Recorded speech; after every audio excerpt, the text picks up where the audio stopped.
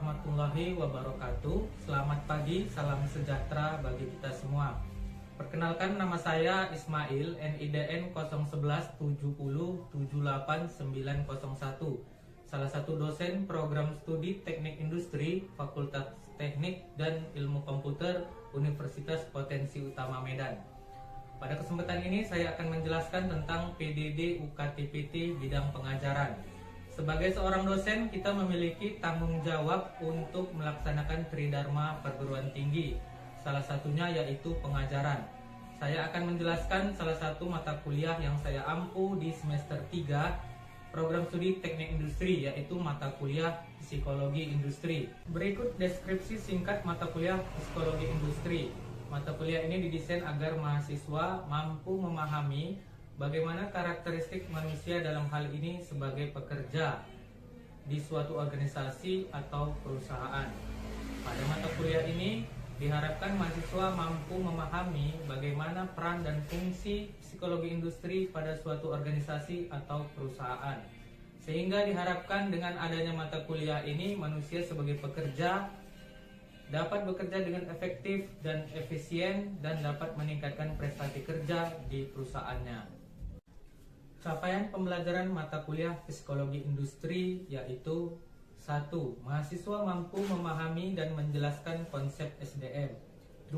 Mahasiswa mampu menjelaskan teori dan aspek motivasi kerja. 3. Mahasiswa mampu memahami dan menjelaskan tentang manajemen stres. 4. Mahasiswa mampu memahami dan menjelaskan tentang psikologi kerekayasaan. 5. Mahasiswa mampu memahami dan menjelaskan tentang kondisi kerja. 6. Mahasiswa mampu memahami dan menjelaskan tentang kepemimpinan. 7. Mahasiswa mampu memahami dan menjelaskan tentang psikologi konsumen. 8. Mahasiswa mampu memahami dan menjelaskan tentang seleksi dan penempatan tenaga kerja. 9. Mahasiswa mampu memahami dan menjelaskan tentang analisa dan evaluasi jabatan. 10. Mahasiswa mampu memahami dan menjelaskan tentang penilaian kinerja. 11. Mahasiswa mampu memahami dan menjelaskan tentang kepuasan kerja. 12. Mahasiswa mampu dan memahami dan menjelaskan tentang pelatihan dan pengembangan. 13. Mahasiswa mampu memahami dan menjelaskan tentang hubungan industrial. 14. Mahasiswa mampu memahami dan menjelaskan tentang alat pengukuran. Materi pembelajaran mata kuliah Psikologi Industri dari pertemuan 1 hingga 16 yaitu 1. Mahasiswa mampu memahami dan menjelaskan konsep manajemen SDM. 2. Mahasiswa mampu memahami dan menjelaskan pengertian motivasi kerja, teori motivasi, jenis-jenis motivasi kerja, aspek-aspek yang mempengaruhi motivasi kerja.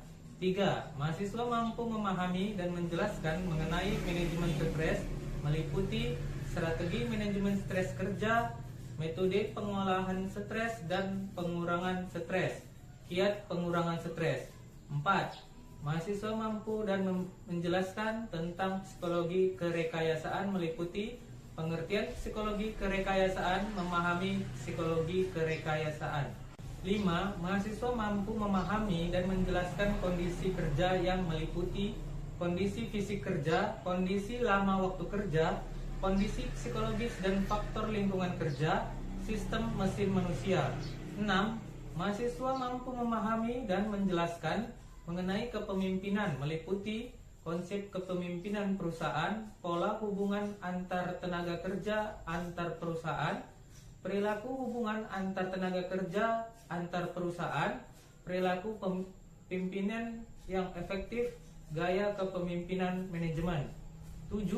Manusia mampu memahami dan menjelaskan psikologi konsumen, meliputi definisi psikologi konsumen, faktor-faktor yang mempengaruhi perilaku konsumen, kebutuhan konsumen. Ke-8. UTS. Ke-9. Mahasiswa mampu memahami psikologi dari sisi ergonomi kognitif. 10. Mahasiswa mampu memahami dan menjelaskan tentang analisa dan evaluasi jabatan, meliputi tujuan analisa jabatan, langkah-langkah analisa jabatan, metode dalam analisa jabatan, aspek-aspek dalam analisa jabatan. 11. Mahasiswa mampu memahami dan menjelaskan tentang penilaian kinerja, meliputi tujuan penilaian kinerja, faktor-faktor yang mempengaruhi prestasi kerja, komponen penilaian kinerja. 12. Mahasiswa mampu memahami dan menjelaskan tentang kepuasan kerja, meliputi tuntutan pekerjaan, ciri-ciri individu dan harapan, faktor-faktor yang mempengaruhi kepuasan kerja. 13. Mahasiswa mampu memahami dan menjelaskan tentang pelatihan dan pengembangan, meliputi tujuan pelatihan dan pengembangan, program penyusunan pelatihan dan pengembangan, identifikasi kebutuhan pelatihan dan pengembangan, penerapan metode-metode pelatihan dan pengembangan. 14. Mahasiswa mampu memahami dan menjelaskan tentang hubungan industrial, meliputi pendekatan dalam hubungan industrial, metode dalam hubungan industrial dan manajemen SDM, hubungan industrial dan strategi organisasi. 15. Mahasiswa mampu memahami dan melakukan pengukuran seperti skala Likert, Key Performance Indicator. 16. Ujian akhir semester. Sistem pembelajaran yang saya gunakan yaitu tatap muka secara langsung di kelas. Adapun metode pembelajaran yang saya gunakan yaitu dengan DIA atau Delivery, Interaction, dan Assessment, yaitu delivery dapat dilakukan dengan penyampaian bahan tayang secara langsung menggunakan TV dalam bentuk PowerPoint, video pembelajaran, modul, atau buku ajar melalui e-learning kampus. Interaktif dapat dilakukan melalui diskusi langsung di ruangan kelas, baik secara individu maupun kelompok, memberikan masalah lalu kemudian mencari solusi atau penyelesaian dari masalah tersebut secara bersama-sama, membuat kelompok kerja, serta melakukan FGD atau Focus Group Discussion. Assessment dapat dilakukan dalam bentuk tugas, kuis, UTS, dan UAS secara langsung di kelas. Dapat bersifat individu maupun tugas kelompok. Dalam proses belajar mengajar, saya juga menambahkan pendekatan religius dan motivasi. Religius adalah suatu pendekatan belajar yang mengingatkan peserta didik bahwa menuntut ilmu adalah kewajiban dalam agama. Sebelum memulai perkuliahan, peserta didik dianjurkan untuk berdoa terlebih dahulu dengan harapan ilmu yang diberikan dapat diterima dan bermanfaat. Motivasi adalah suatu pendekatan belajar dengan cara memberikan motivasi kepada peserta didik di sela-sela perkuliahan hingga akhir perkuliahan.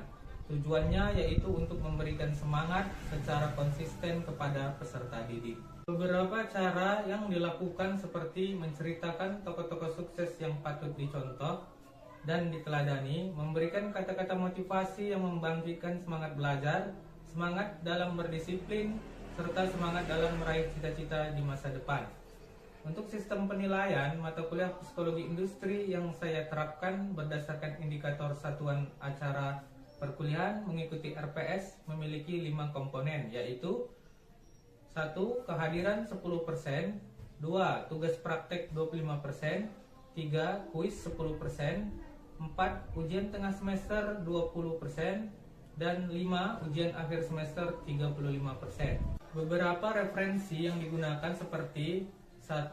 Marliani Rosleni 2015, Psikologi Industri dan Organisasi Pustaka Setia. 2. Waluyo Minto 2013, Psikologi Industri Indeks. 3.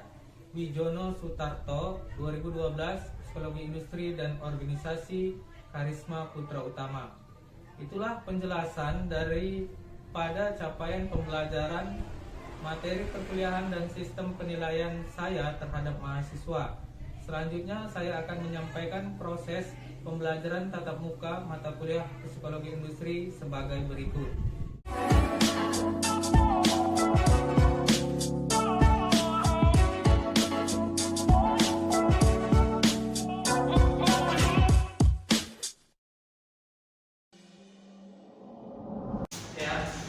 Assalamualaikum warahmatullahi wabarakatuh.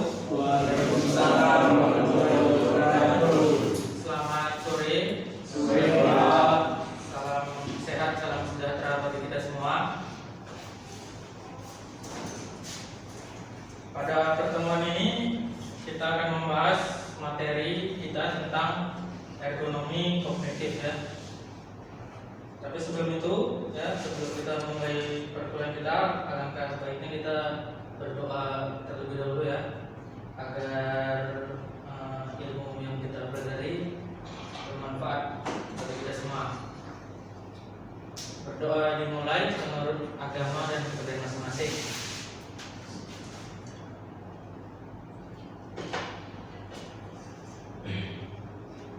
Berdoa selesai. Baik, selanjutnya kita masuk ke pertemuan ke-9 ya, tentang ergonomi kognitif. Kemudian yang disebut dengan kognitif yaitu merupakan suatu aktivitas mental ya, yang melibatkan proses akuisisi ya, penyimpanan, pemanggilan dan penggunaan pengetahuan maupun informasi. Jadi ini ada dikaitkan terkait dengan ilmu ergonomi, perancangan sistem kerja dengan aktivitas mental. Jadi kognitifnya itu aktivitas mental pekerja ya, manusia. Jadi dalam bekerja itu kan, seorang pekerja itu kan nggak terlepas dari ini ya, mentalnya kan. Nanti ada namanya beban kerja fisik. Beban kerja fisik itu kan misalnya apa ya, cedera otot misalnya, akibatnya kelelahan gitu kan, secara fisik. Tapi ada juga yang namanya beban kerja mental, itu yang disebut stres kerja ya. Pengaruhnya terhadap kinerja kan ada gitu kan. Makanya ini yang kita bahas. Di teknik industri ada ilmu yang merancang, yang memperbaiki atau pemeliharaan kan. Ini kita ada maintenance mesin kan, ada penerapan ya kan, kemudian ada pengembangan yang terintegrasi dengan sistem yang terintegrasi yang menghubungkan manusia, material atau bahan, informasi, peralatan mesin dan energi. Jadi artinya di dalam ilmu ergonomi kan kita kan dituntut untuk merancang ya, sistem kerja. Kita dituntut merancang sistem kerja. Ya kalau kita merancang sistem kerja, artinya kan kita merancang ini sistem terintegrasi ini. Termasuklah manusianya dari sisi psikologi, ya kan?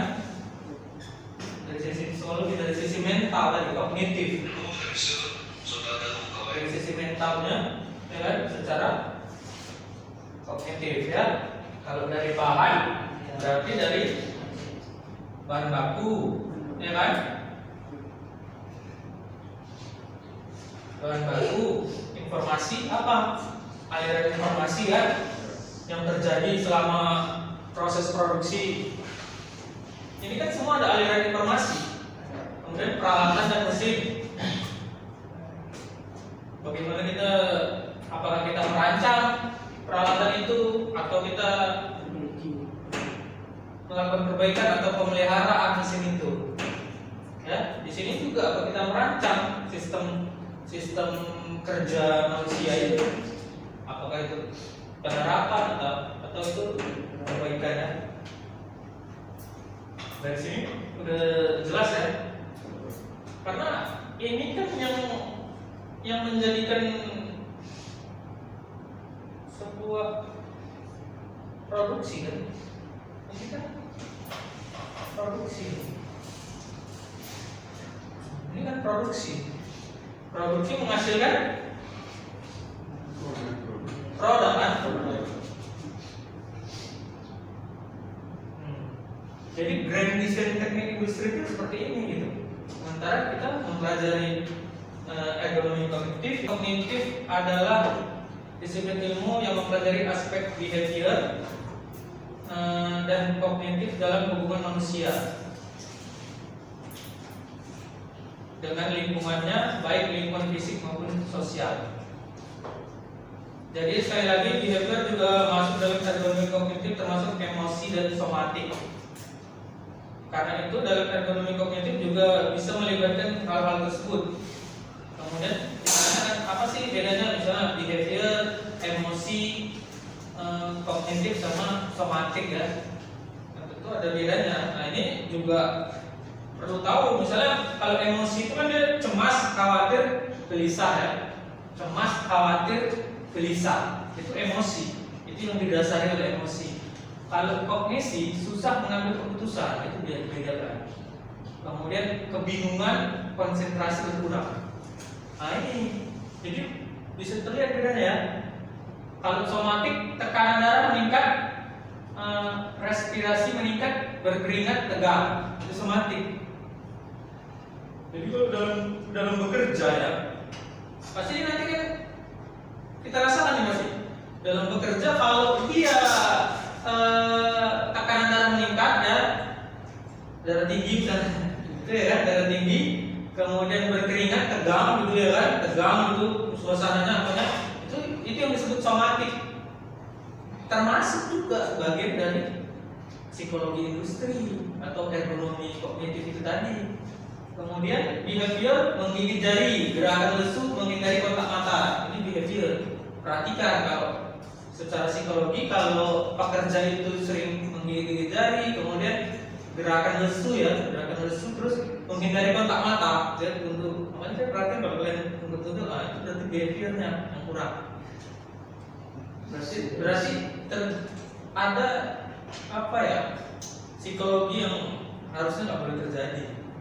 Kalau kalian nengok dosen tunduk, nah itu berarti di behavior yang bermasalah. Hah? Behavior tadi kan saya jelasin.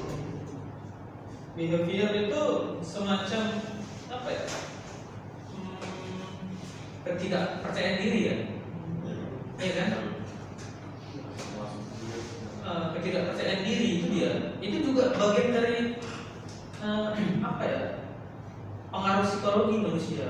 Dan behavior. Kalau somatik itu kan tadi ini berkeringat juga. Kemudian kalau emosi dia cemas, khawatir, gelisah itu didasari emosi. Cemas, ketakutan, apa gitu, gelisah itu emosi. Kalau kognisi susah mengambil keputusan. Nah, ini yang menjadi masalah. Ketika kita dalam bekerja susah mengambil keputusan, kebingungan, konsentrasi berkurang. Itu sering terjadi di dunia kerja. Itulah yang disebut kognisi ya. Makanya mata kuliah kita hari ini terkait dengan itu, ergonomi kognitif. Artinya kalau ergonomi kita merancang sistem kerja yang lebih baik, artinya kan agar tidak itu tadi pekerjaan itu susah mengambil keputusan, kebingungan, dan konsentrasi berkurang. Ya. Oke, sampai sini. Ada yang mau ditanyakan? Ada ya? Kalau nggak ada, demikian yang dapat saya sampaikan ya untuk materi pada pertemuan kali ini. Semoga bermanfaat.